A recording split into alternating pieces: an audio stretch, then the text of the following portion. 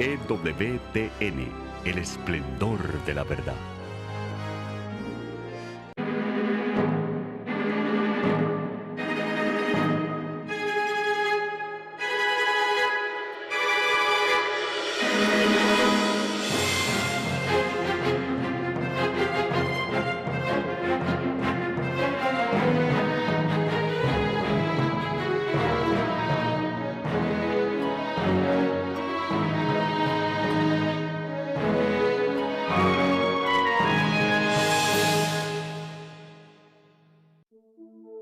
A lo largo de nuestros encuentros en que nos hemos ido ocupando de este fenómeno, hemos ido apreciando la importancia que tiene y cómo ignorar la asedia es ignorar un aspecto esencial del mensaje cristiano, de la revelación de Dios, de la revelación cristiana.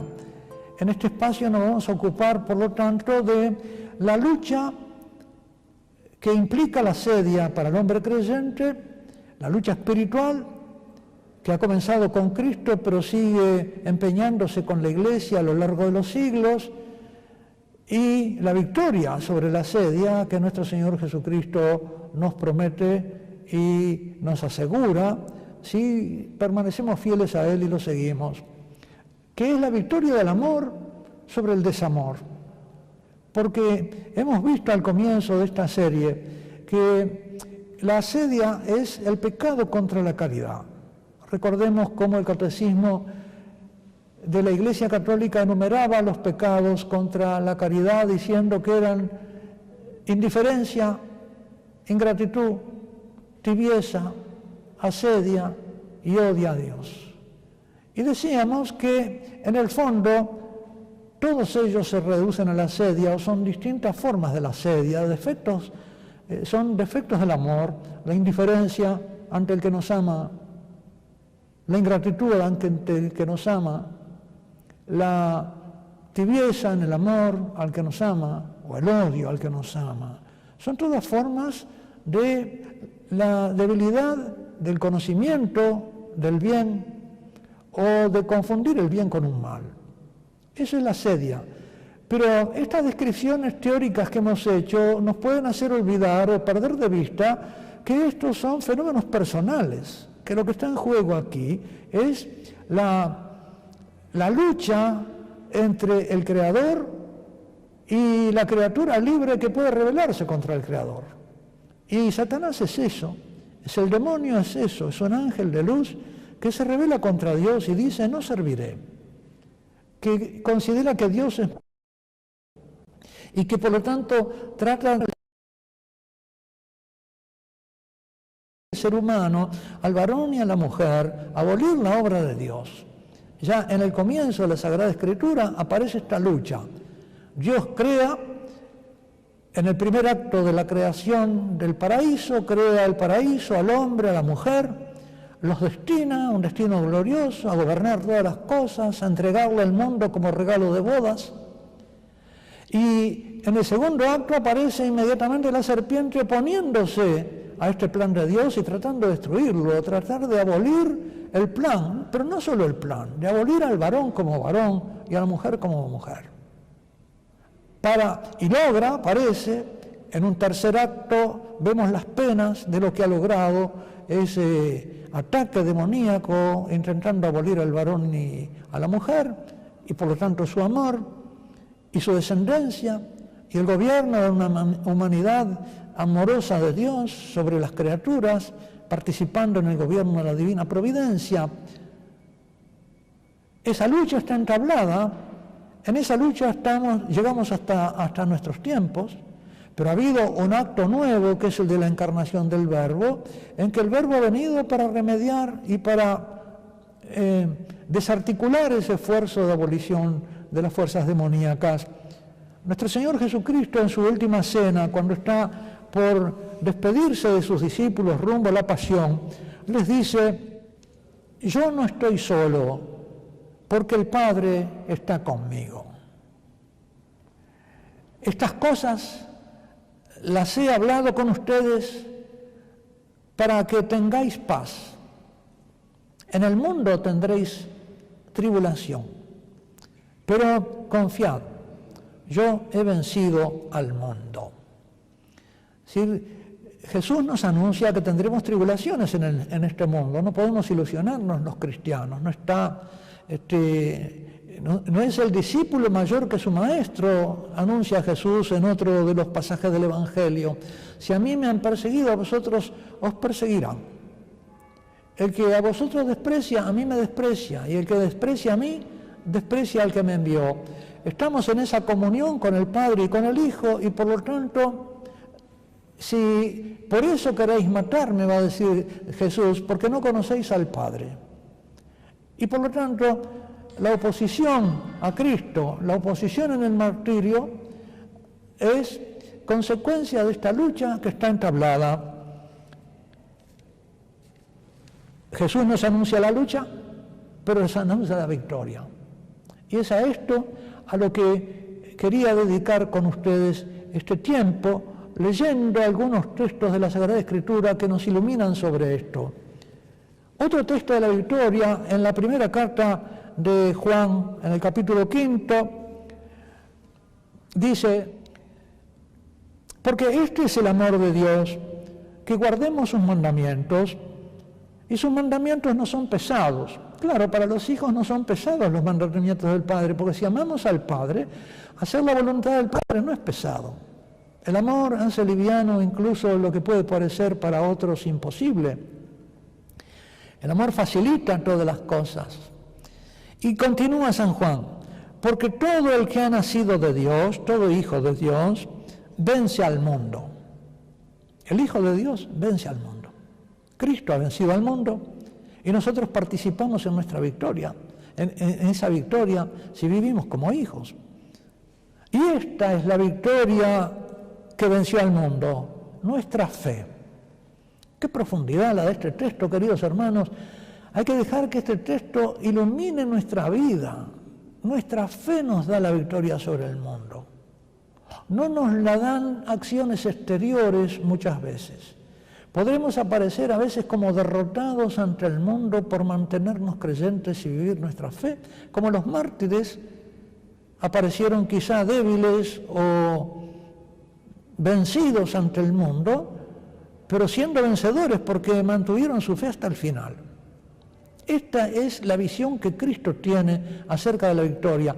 Hay una revelación acerca de nuestra lucha, de la característica de nuestra lucha, de la naturaleza teológica, religiosa de nuestra lucha, y de cuál es también la victoria que se nos promete. Si nosotros permanecemos creyentes hasta el fin, vencemos al mundo. El mundo no ha podido nada en nosotros. Cuanto más el mundo parece poderoso ante nosotros, cada uno de nosotros puede experimentar y decirse: bueno, pero a mí no ha vencido. ¿Cómo es posible que un mundo tan poderoso, ante el cual sucumben tantos que yo he conocido, incluso sacerdotes o gente que parecía santa, y ha sucumbido ante el mundo? ¿Qué pasa conmigo que no he sucumbido? ¿A qué se debe esta victoria de la gracia en mí, que yo experimento como algo superior a mis fuerzas, porque soy bien consciente de mi debilidad?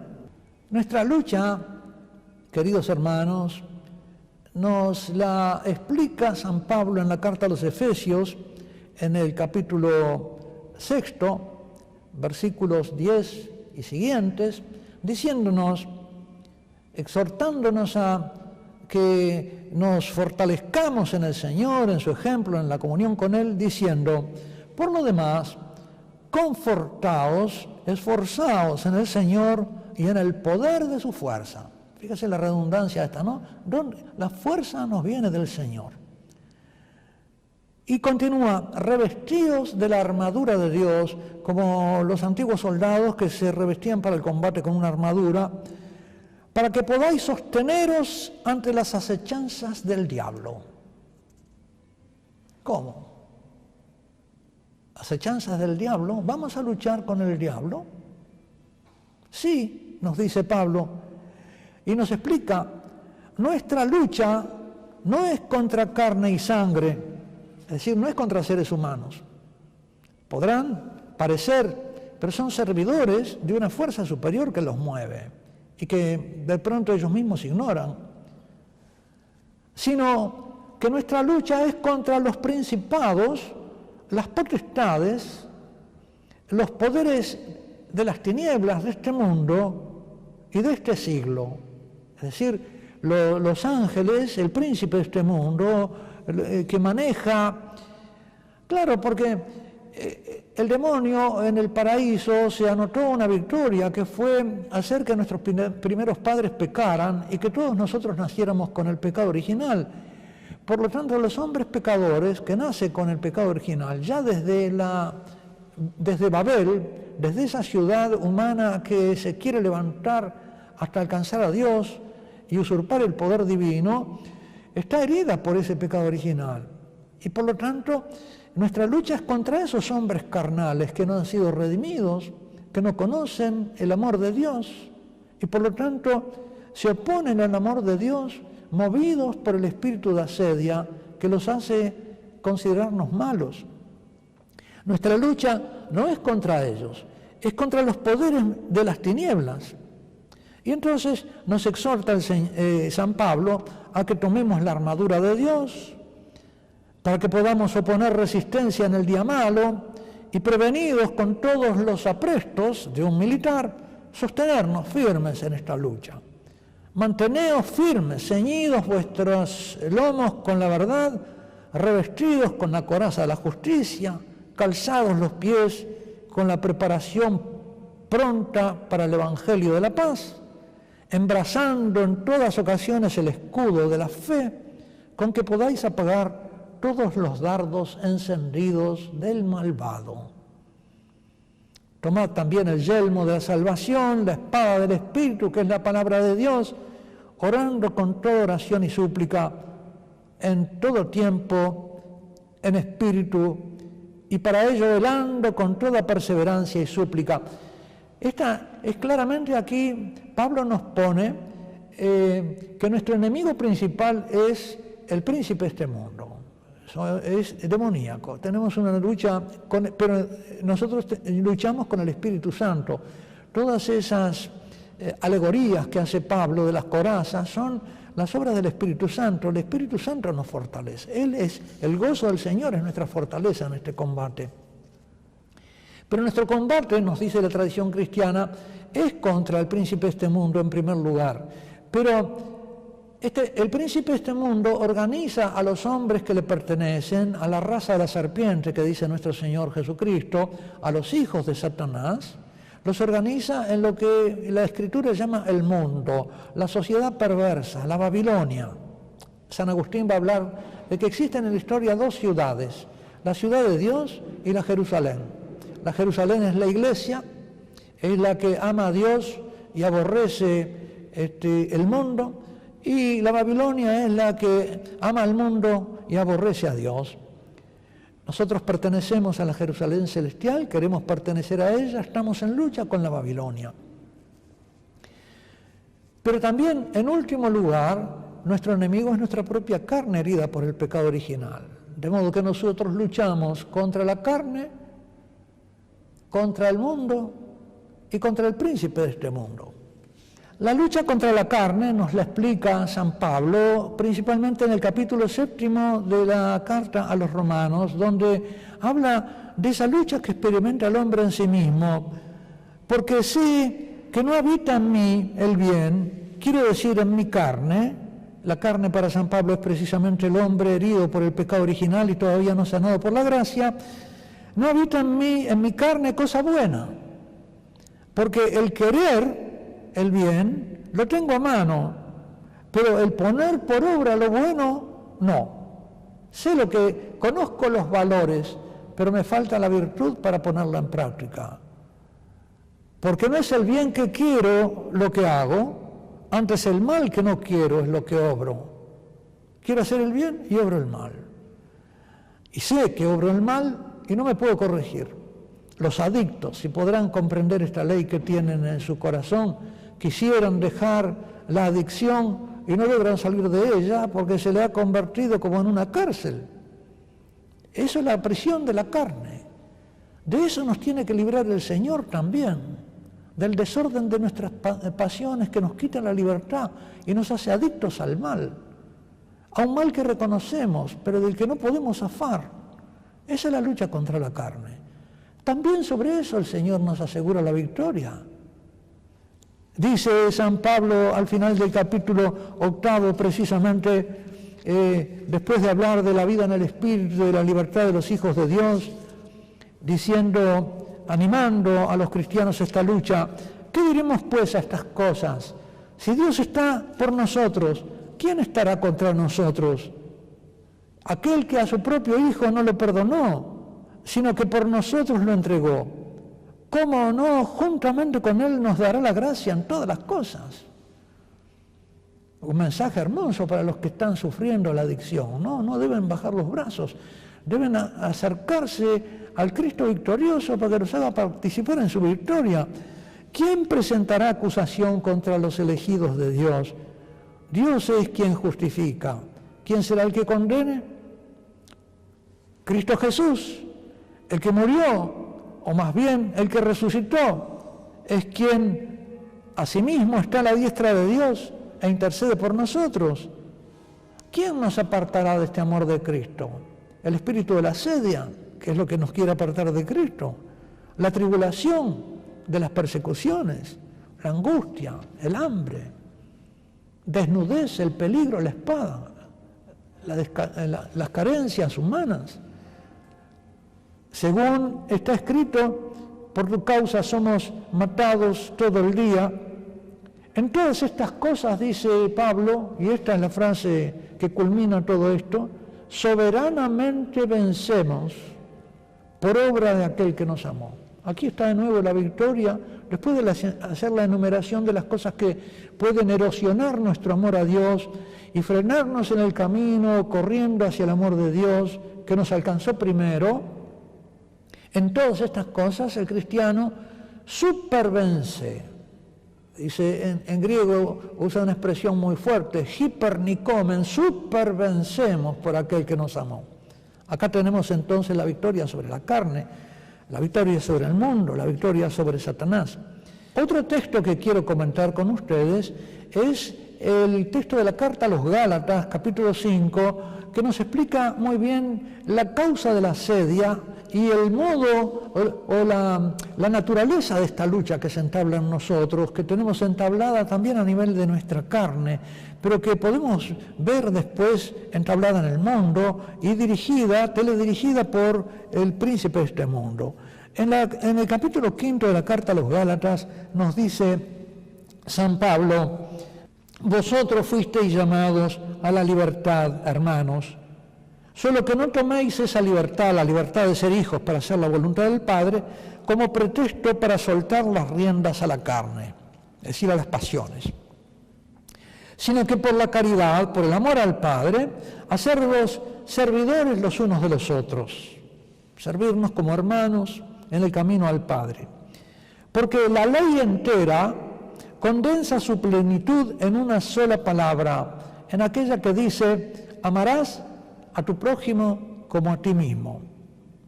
Pero si los unos a los otros os mordéis y devoráis, mirad, no os aniquiléis los unos a los otros. Este es el escándalo de la división entre los cristianos, que se debe a una debilidad en su espíritu filial. ¿Por qué no nos sentimos y vivimos como hermanos? Porque no vivimos con intensidad nuestro ser hijos. Y muchas veces nos esforzamos en remediar las divisiones tratando de cultivar la fraternidad, y eso es inútil. Tenemos que tratar de fomentar y cultivar nuestra filialidad. Unirnos al Padre como hijos nos une, como por redundancia, con los demás como hermanos. Si no estamos unidos todos al Padre, no podemos estar unidos entre sí. La debilidad en la unidad de los cristianos se debe a esa debilidad de su unión amorosa con Dios Padre, que es por la asedia, por la tibieza del amor al Padre. Somos tibios en nuestro amor fraterno. Si los unos a los otros os mordéis, os aniquilaréis. Digo pues, caminad en espíritu y no daréis satisfacción a las concupiscencias de la carne. Acá están los dos polos que hay en nosotros, a los que se refería San Pablo cuando hablaba de esa lucha, de que hago el mal que no quiero y no hago el bien que quiero. Y continúa, porque la carne tiene deseos contrarios al espíritu y el espíritu deseos contrarios a la carne. Este antagonismo entre carne y espíritu, que es una lucha que está dentro de nosotros, porque en nosotros está el pecado original y en nosotros está la gracia luchando uno contra el otro, nos divide interiormente esta oposición entre la carne y el espíritu y explica, por lo tanto, los momentos de asedia y las tentaciones de asedia que nosotros podemos padecer, la que vimos que padecían los monjes, la que vimos que padecían los perseguidores y los perseguidos. Hay apetitos contrarios de la carne y del espíritu. El espíritu ama a Dios y quiere el amor de Dios. Y ese amor de Dios muchas veces implica el sacrificio de los apetitos de la carne, implica sufrimiento. El amor sacrifica. El amor sacrifica.